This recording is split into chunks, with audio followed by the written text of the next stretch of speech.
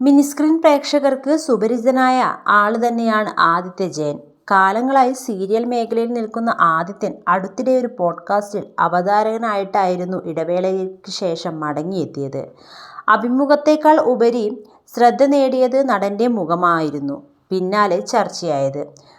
മുൻപത്തേക്കാൾ നിന്നും വ്യത്യസ്തമായ കരുവാളിച്ച മുഖമായിരുന്നു ആദിത്യൻ്റേത്.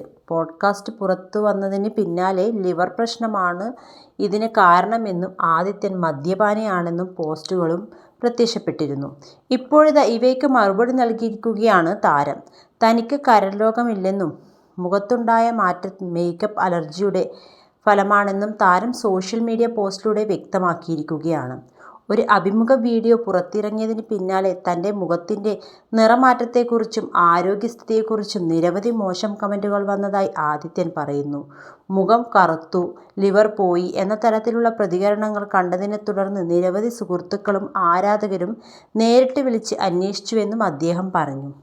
2 വർഷം മുമ്പുണ്ടായ ഗുരുതരമായ മേക്കപ്പ് അലർജിയാണ് പ്രശ്നങ്ങളുടെ തുടക്കമെന്ന് ആദിത്യൻ വെളിപ്പെടുത്തി. പിന്നീട് എറണാകുളത്തെ ഒരു ബ്യൂട്ടി പാർലറിൽ മീശയും താടിയും ഡ്രൈ ചെയ്യുന്നതിനിടെ സംഭവിച്ച പിഴവിനെ തുടർന്ന് അലർജി വീണ്ടും രൂക്ഷമായതും അദ്ദേഹം പറഞ്ഞു.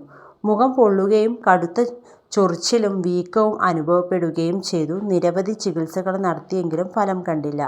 പിന്നീട് ഡോക്ടർ സോണി വർക്കിയുടെ ചികിത്സയിലൂടെയാണ് വലിയ മാറ്റമുണ്ടായത് എന്നാണ് താരത്തിൻ്റെ വിശദീകരണം.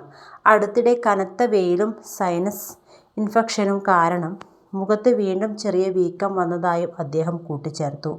ഒരാളുടെ രൂപഭാവത്തിൽ മാറ്റമുണ്ടായാൽ അതിനെ ഉടൻ രോഗമായി ബന്ധിപ്പിക്കുന്നത് വേദനിപ്പിക്കുന്ന കാര്യമാണെന്നും താരം പറഞ്ഞു.